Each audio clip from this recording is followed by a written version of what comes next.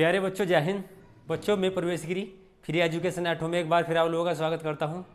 प्यारे बच्चों, हमने आप लोगों के लिए एक नई वीडियो सीरीज शुरू की है जिसमें आप लोगों को मिल रही सामान्य हिंदी व्याकरण की सभी वीडियो, वो भी टॉपिक बाय टॉपिक। ठीक है जी। और इसी क्रम में जो आज हमारा नया टॉपिक है वो है हमारा मुहावरा का मुहावरे। इससे पहले जो हमारा वीडियो लेक्चर था उसमें आप लोगों के लिए विराम चिन्ह के बारे में हमने बताया था विस्तार से। अगर आपने वो वीडियो नहीं देखी तो उसका लिंक आपको डिस्क्रिप्शन में मिल जाएगा, वहाँ से आप उसका लिंक पर जाकर वीडियो देख सकते हैं। और आज हम चलते हैं अपने नए टॉपिक है, वो है मुहावरे। मुहावरे हमारे लिए बहुत इंपॉर्टेंट है और यहाँ से हर बार 1 या 2 नंबर का क्वेश्चन हर परीक्षा में आता है। ठीक है जी। और है भी बहुत आसान। ठीक है, चलो शुरू करते हैं। देखो, हमने यहाँ मुहावरा लिया हुआ है, यहाँ हमने उसका अर्थ लिया हुआ है। ठीक है जी।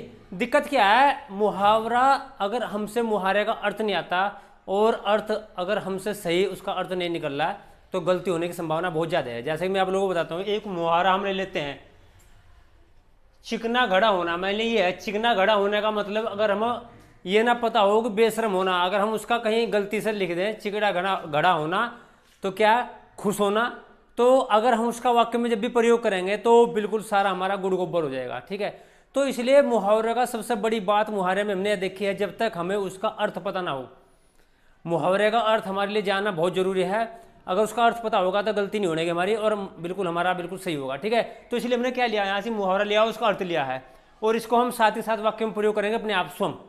ठीक है जी। तो सबसे पहला है जी हमारा मुंह में पानी भराना। मुंह में पानी भराने का मतलब होता है मन ललचा जाना। तो इसका अगर इसको हम वाक्य में प्रयोग करेंगे कई तरीके हो सकते हैं। तो एक वाक्य में प्रयोग ये होगा कि गरम गरम जलेबी देखकर मेरे मुंह में पानी आ गया, या गरम गरम जलेबी देखकर मेरा जी ललचाएगा, मेरा मन ललचाएगा, ये हो सकता है इसका। ठीक है जी। अगले पे चलते हैं।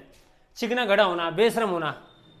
चिकना घड़ा होने का मतलब होता है बेशरम होना, बेशरम होना। ठीक है, अब इसे वाक्य में प्रयोग कैसे करेंगे कि भाई उससे बात मत करो, यार रमेश से बात मत करो, वो हमारी सुनने वाला नहीं है क्योंकि वो है तो चिकना घड़ा हो चुका है। ठीक है जी। अगले पे चलते हैं। घी के दिए जलाना। घी के दिए जलाने का मतलब है बहुत खुश होना, बहुत खुश होना। तो क्या हुआ, जो समझ लो कि राजा जो है अपनी आईआईटी की परीक्षा में पास हो गया और उसने अपने घर में घी के दिए जलाए। ठीक है, तो ऐसे वाक्य में प्रयोग कर सकते हैं। अगला है जी कानो कान खबर ना होना। कानो कान खबर ना होने का मतलब है चुपचाप काम करना। तो बोल दे, इसका वाक्य में प्रयोग ये होगा कि राम ने या रमेश ने या रहीम ने किसी का नाम लेके उसने चुपचाप यानी कि अपनी 10वीं की परीक्षा के लिए इतनी मेहनत की कि किसी को कानो कान खबर नहीं हुई। ठीक है जी।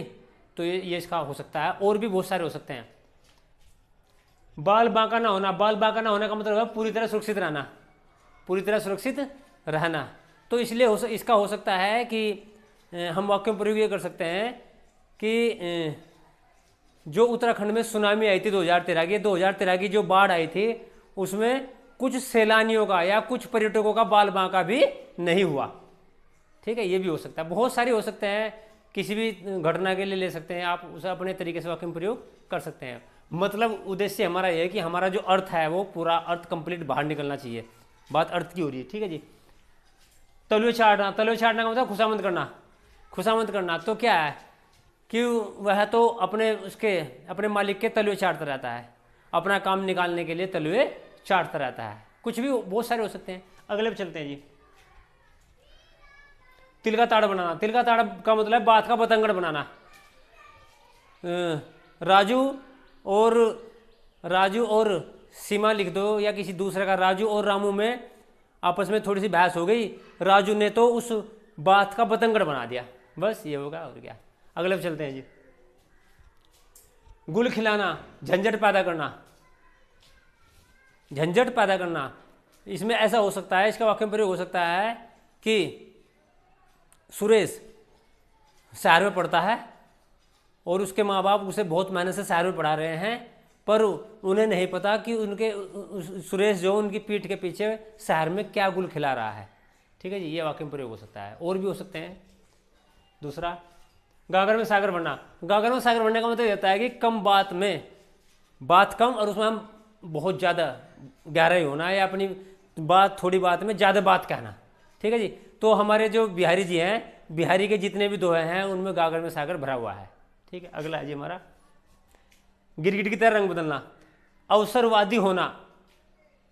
गिरगिट की तरह रंग बदलना, अवसरवादी होना। अब इसमें लिख सकते हैं मोहित। कोई भी बच्चा अपने नाम अन्यथा ना ले, ठीक है, पता नहीं मैं किसका नाम यहाँ बोल सकता हूँ, तो उस नाम से कोई लेना देना नहीं है, नाम तो कुछ भी हो सकता है। मोहित जो है इतना बड़ा अवसरवादी है कि अपना काम निकलने के बाद गिरगिट की तरह रंग बदल लेता है। ये है जी। अगला है जी उंगलियों पर नचाना। उंगलियों का नचाना का मतलब वश में करना, ठीक है नहीं। वो आंटी, पड़ोस की आंटी जो है अपने, जो पड़ोस की आंटी है अंकल को अपनी उंगलियों पर नचा कर रखती है, बस बहुत आसान है। अगले पे चलते हैं जी। आकाश पाताल एक करना।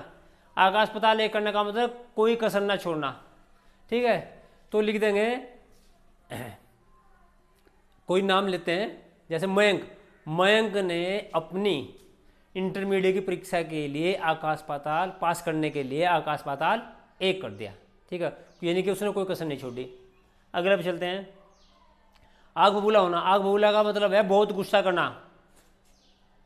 तो इसके लिए हो सकता है बहुत गुस्सा करना जब चोरों ने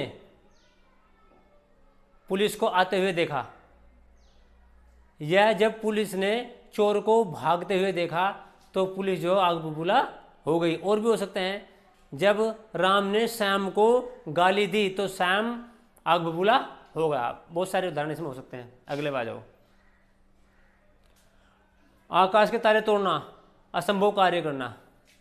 तो इसका हो सकता है सीता ने या रीता ने यूपीएससी की परीक्षा पास करके आकाश के तारे तोड़ लिए, ठीक है जी, आकाश के तारे तोड़ लिए।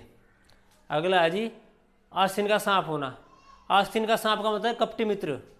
तो हम लिख देंगे जो शोभित है वो आस्तीन का सांप है, वो जो है उस पर विश्वास मत करना, उसने मेरे साथ कई बार विश्वासघात किया है। ये चीज़ें हो सकती है, और भी चीज़ें हो सकती है, वाक्य में प्रयोग हम कुछ भी कर सकते हैं।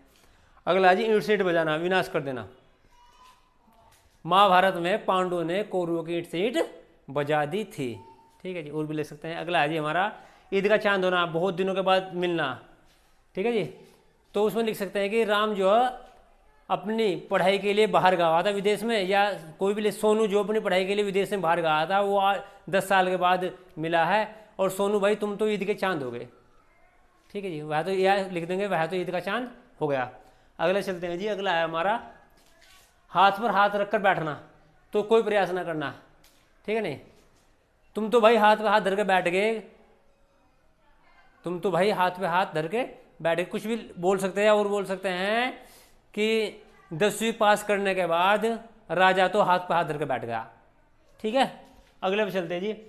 हाथ धोकर पीछे पड़ जाना, किसी काम में जी जान से लग जाना।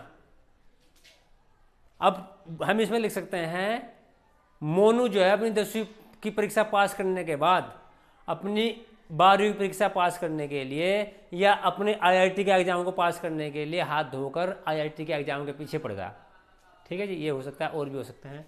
अगला है जी हमारा छठी का दूध याद दिलाना या याद आना। छठी का दूध याद दिलाने का मतलब है मुश्किल में पड़ जाना, ठीक है नहीं। तो इसमें जब मीरा ने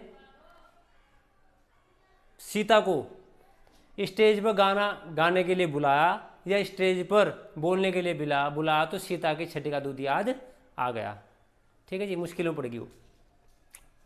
चूल्हे पर पानी में डूब मरना, बहुत शर्मिंदा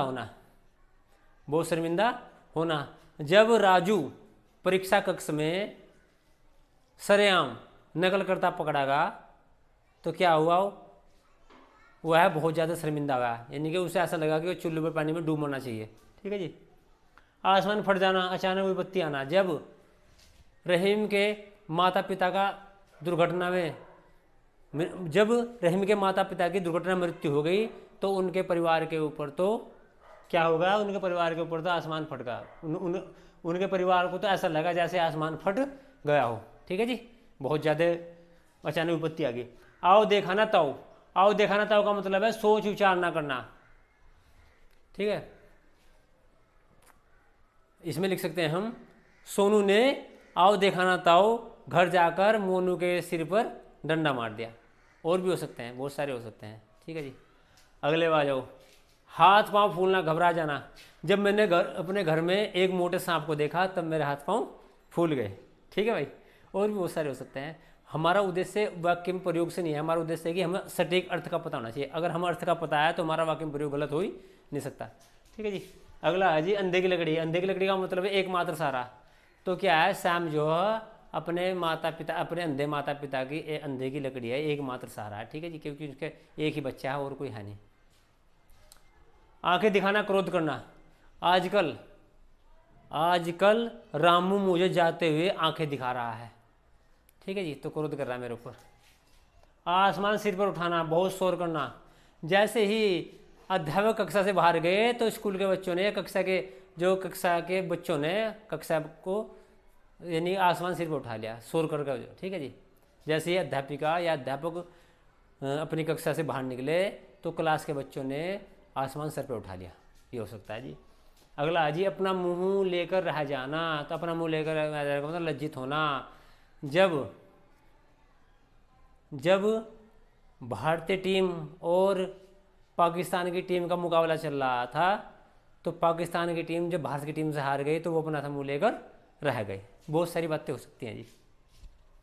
अपने मुंह मियाँ मिट्ठू बनना, अपनी प्रशंसा सोम करना। जो है वो पड़ोस वाला अंकल है, वो रोज़ अपने बच्चों की जो अपनी बड़ाई, लगातार अपनी बड़ाई करता रहता है, अपने बारे में ढींग मारता रहता है, वो अपने मुंह में मिट्टू बनता रहता है। ठीक है जी, बहुत सारे एग्जाम्पल हो सकते हैं। गुड़ गोबर करना। गुड़ गोबर करने का मतलब बने बने काम को बिगाड़ देना। पड़ोस में बहुत अच्छी खासी बारात आई थी और बाराती लगातार नाच कूद कर रहे थे, अचानक एक बाराती ने झगड़ा कर दिया बारात में, तो क्या हुआ, गुड़ गोबर एक कर दिया। ठीक है जी, तो ऐसा हो सकता है, और भी हो सकते हैं। अच्छा, अगला है जी हमारा अंगूठा दिखाना। अंगूठा दिखाने का मतलब मना करना। उसने आज मुझे मेरे पैसों को देने से मना कर दिया, यानी कि मुझे उसने आज अंगूठा दिखा दिया मेरे पैसे के लिए। ठीक है जी। अगला है जी अपना उल्लू सीधा करना। अपना उल्लू सीधे का मतलब स्वार्थ सिद्ध करना। कुछ बंदे ऐसे होते हैं उन्हें अपना उल्लू सीधा करने से मतलब होता है। ठीक है। आँख खुलना, सचेत होना।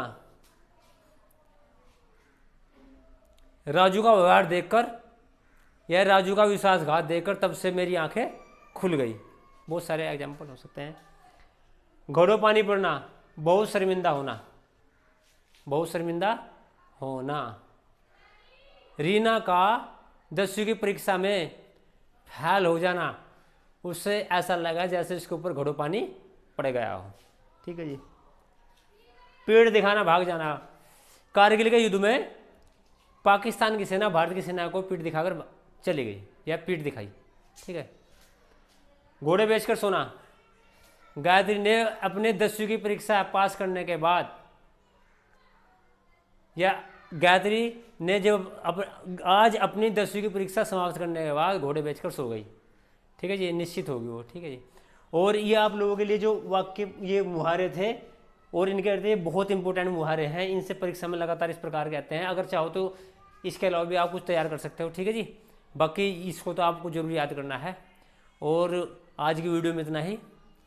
अगर कुछ बात आपकी समझ में नहीं आई तो कमेंट बॉक्स में कमेंट करें, आप लोगों को समझाने का पूरा प्रयास किया जाएगा। ठीक है जी, मिलते हैं अगली वीडियो में। धन्यवाद।